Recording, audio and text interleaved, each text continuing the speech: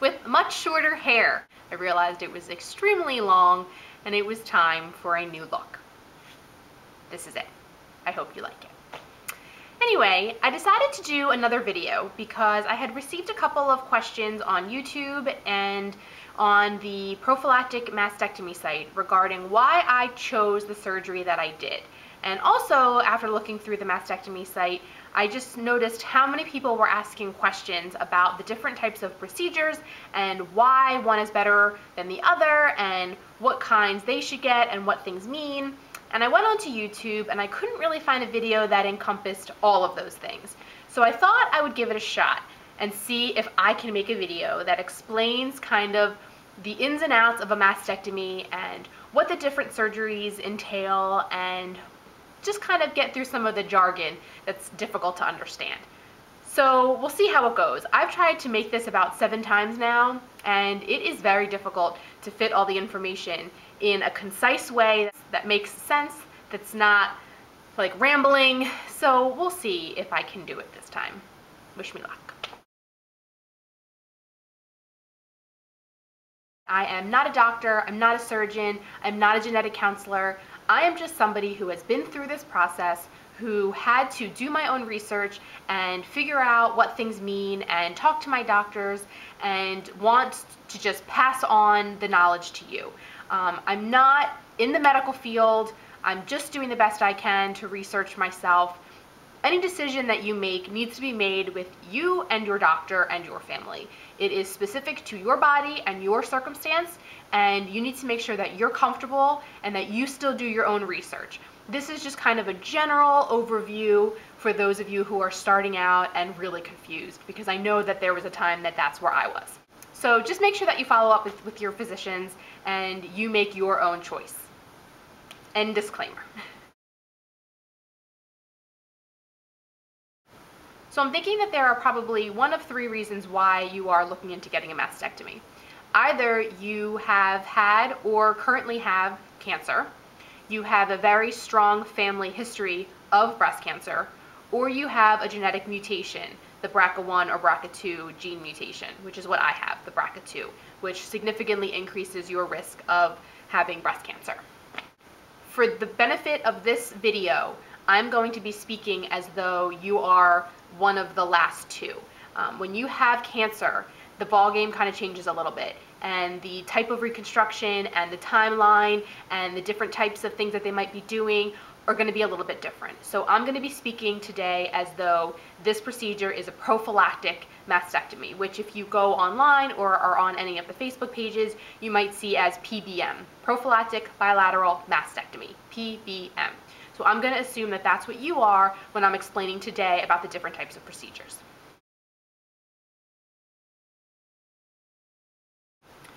I think it's best to start out by kind of giving a quick example of what is in the breast prior to having a mastectomy. Because when I had my doctor's appointments and they were explaining things to me and, oh, the pectoral muscle and the rib cage and putting things behind and putting things in and you know, implants and expanders, and it was so confusing to me. And my physical therapist actually sat me down and kind of gave me a good visualization, because I'm very visual, gave me a good visualization of what is actually in the body, what is the actual makeup of the breast, so that I had a better understanding of what was going in there and what was being taken out.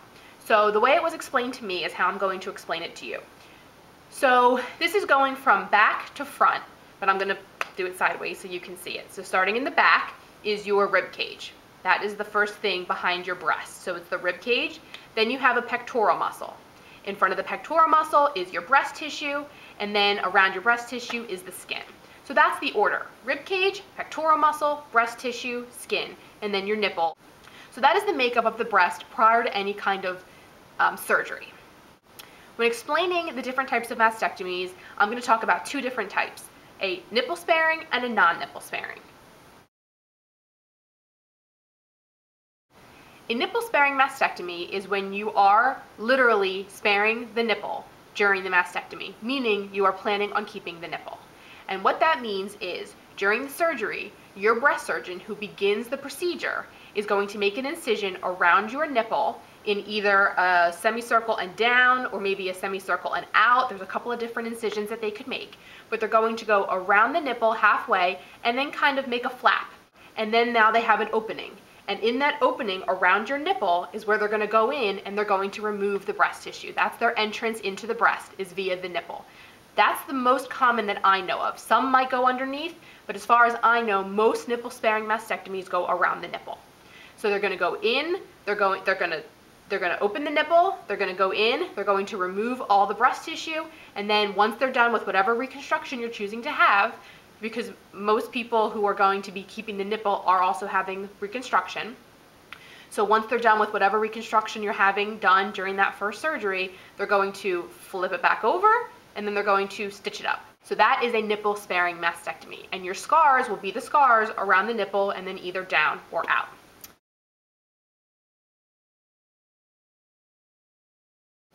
If you're having a non-nipple sparing mastectomy, it means that you are removing the nipple.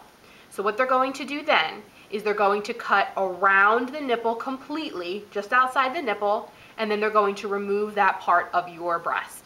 Now they have a hole, they go in through that hole, they take out whatever breast tissue they're going to be taking out for your surgery, and then when it's time to close you up, they take that portion of skin on either side of where your nipple was, and they pull it closed, and then they stitch you up. So your surgery, when you're finished, will have a breast, assuming you're doing the reconstruction, will have a breast, but there's not going to be a nipple on the outside. You're going to have a stitch going straight across, so it's going to be rounded. You won't have that nipple.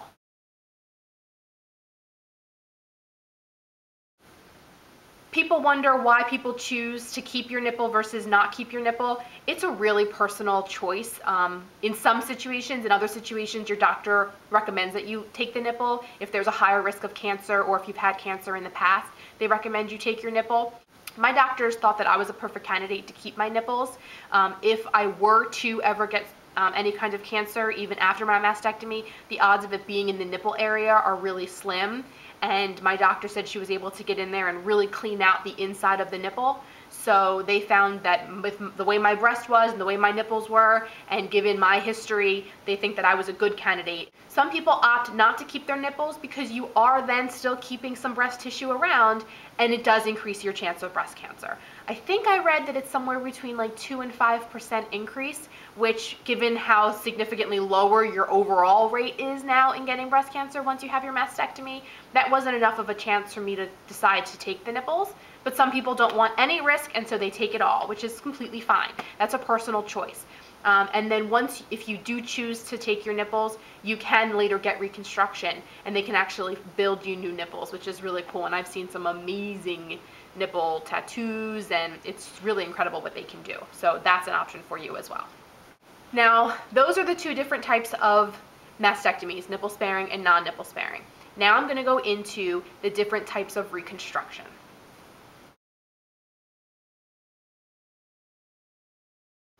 So the different types of reconstruction would be, that I'm going to talk about today, would be no reconstruction, would be direct to implant.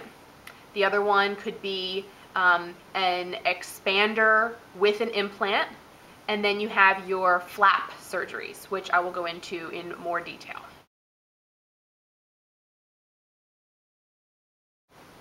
So if you opt not to have surgery, what's going to happen is they're going to remove all the area around the nipple, they're going to go in, they're going to clean you out, and then when it's time to close you up, they pull the skin tight and they stitch you up. So you're going to have rib cage, pectoral muscle, and skin right up against each other, flat, and you're going to have a scar across where your breast was. That is if you decide to not have any reconstruction at all. They take away as much skin as they can so that when they pull it tight, there's not a lot of skin left over in there. The next type of reconstruction I'm going to talk about is the expander to implant, which seems to be probably one of the most common of the ones that I've seen, at least here in the States. That seems to be the most common types of reconstruction. What this means is that before they put the implant in you after your mastectomy, they put in what's called an expander. And that is basically a plastic bulb that begins deflated, and then when they put it into your breast, over time, they inflate it with fluid, and that's going to slowly stretch your pectoral muscle. Now, to go into more detail with that, You can't just put an implant in the open hole area of your breast, the area that's empty now. You can't just put an implant floating around in there. You have to kind of put it into a secure pocket where it's going to stay and attach itself. That way it doesn't move around. So what they do is they take your pectoral muscle, which is flat up against your rib cage, and they cut across, and they make a little flap, and they pull it up. And that then becomes a little home for your to-be implant. So if you're opting to do the expander, what they're going to do is they're going to take the expander and they're going to put it underneath your pectoral muscle. And then they put your pectoral muscle back down, and then over time they fill this expander. There's like a port, and you have to go maybe once a week or once every couple weeks, and they go and they inject you with fluid into this port, which fills the expander. So it's expanding, and it's helping to stretch your pectoral muscle around it, which will then later be the little home protector for your implant. So you go in, you put the expander in, you expand it, your pectoral muscle is starting to stretch and stretch and stretch and stretch, and then eventually, when it's all to the right size that your doctors and you agree with, they take out the expander and they put in the implant, which is called the exchange surgery. They're exchanging the expander for the implant.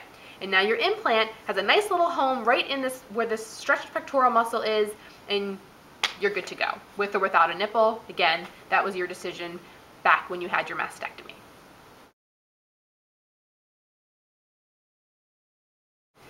The next type of surgery is what's called direct to implant.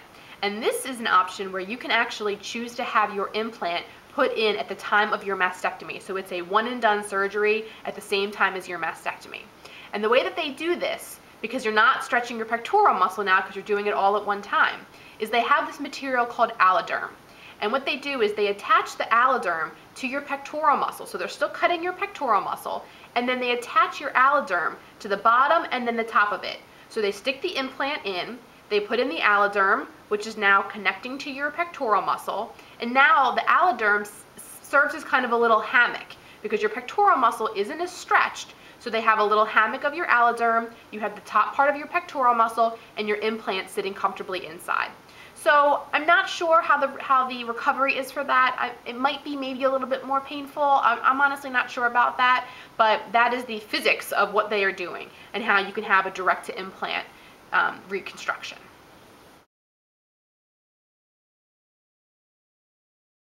The last types of reconstruction that I'm going to talk about are the flap surgeries, and that is what I had.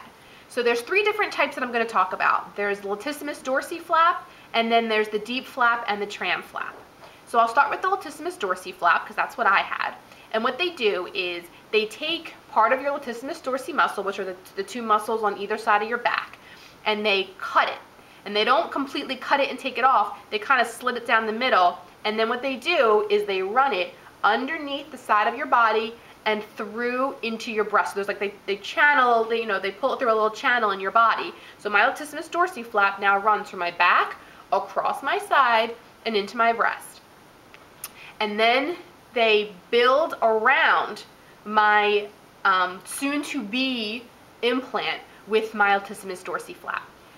Sounds confusing, I know. So for my particular surgery, they removed all of my breast tissue, and then my surgeon put in an expander, and he filled it to 250 cc's, and that's it, and he left it there. So he put the 250 cc expander under my pectoral muscle, and then built my latissimus dorsi flap around it. So my latissimus dorsi flap is sitting here around my pectoral muscle with the expander in here, and it's just chilling out. And I just had that for 3 months, and it slowly over time helped to stretch my pectoral muscle. I had a ton of stretches to do.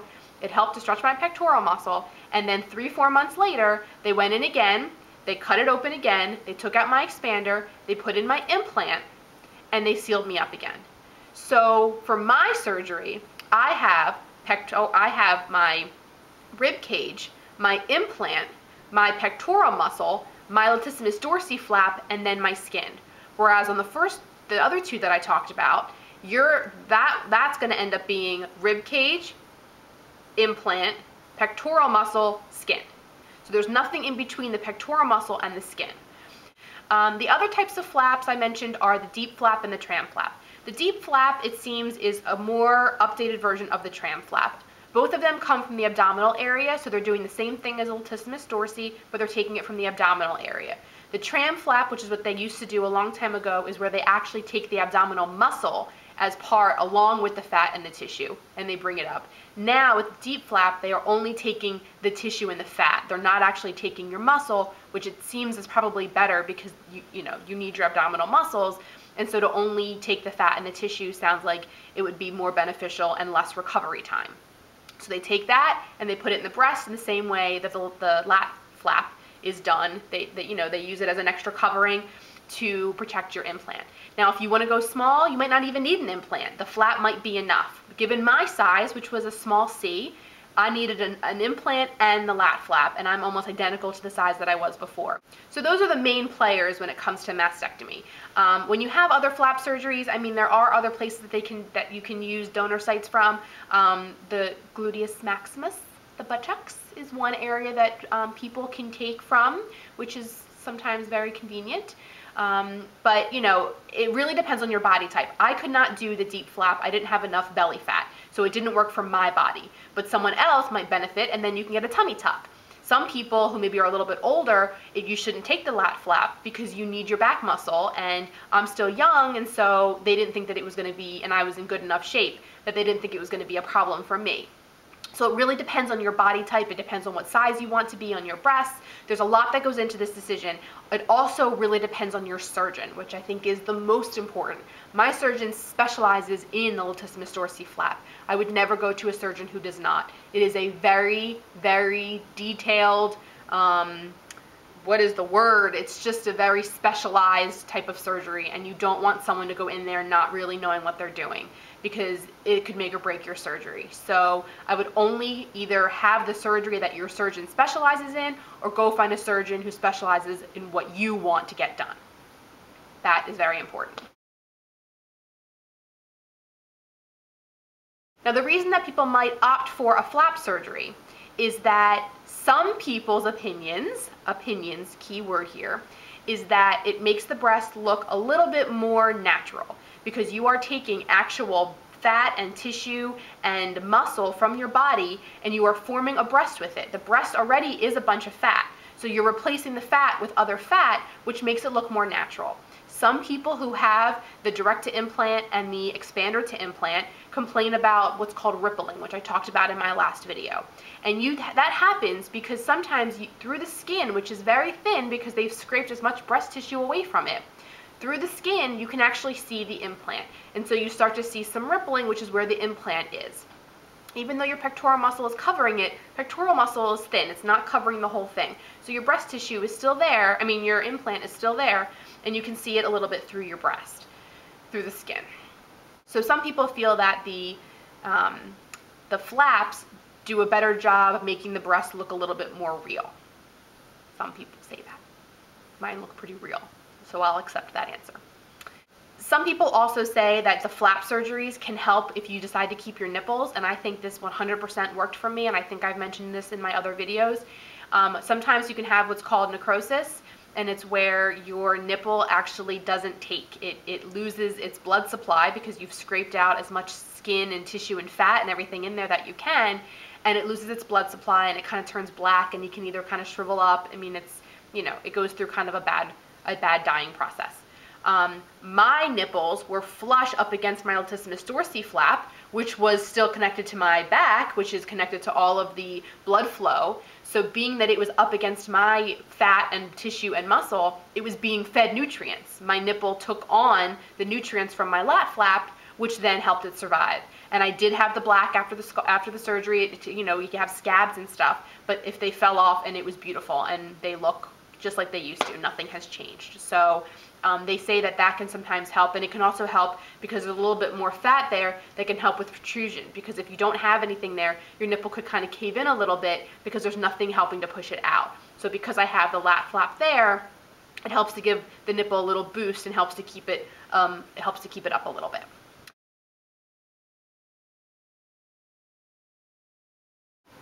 You're most likely going to leave your surgery with drains, especially the beginning after the mastectomy. I'm not sure if it happens if you have direct to implant, but I'm pretty sure every other surgery they leave you with drains, and that's because you still have an open hole in here. You still have the areas that were filled with body tissue fat that are no longer filled with anything, and your body's going to automatically fill it with fluid. And so the drains are there to help drain that fluid from being in that open area until eventually your body starts adjusting and scar tissue forms in there and you don't need to have the drains anymore. I had 4 drains, 2 for my front, but then 2 for my back where my latissimus dorsi was. They had to have drains back there as well. So that's what the drains are for. They're to help drain the fluid that kind of rushes into this empty cavity that you have in your body until you finish with your reconstruction.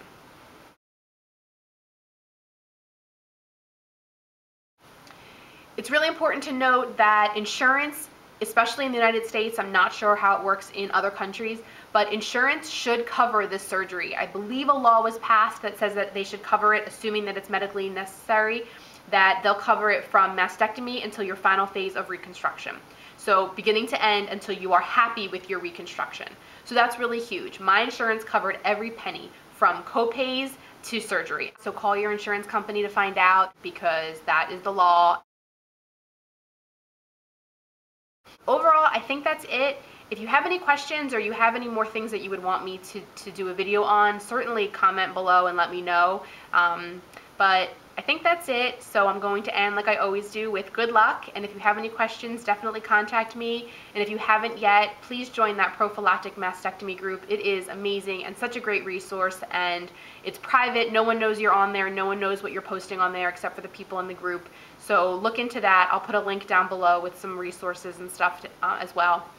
But I wish you luck and definitely contact if you have any questions or concerns. Thanks. Bye.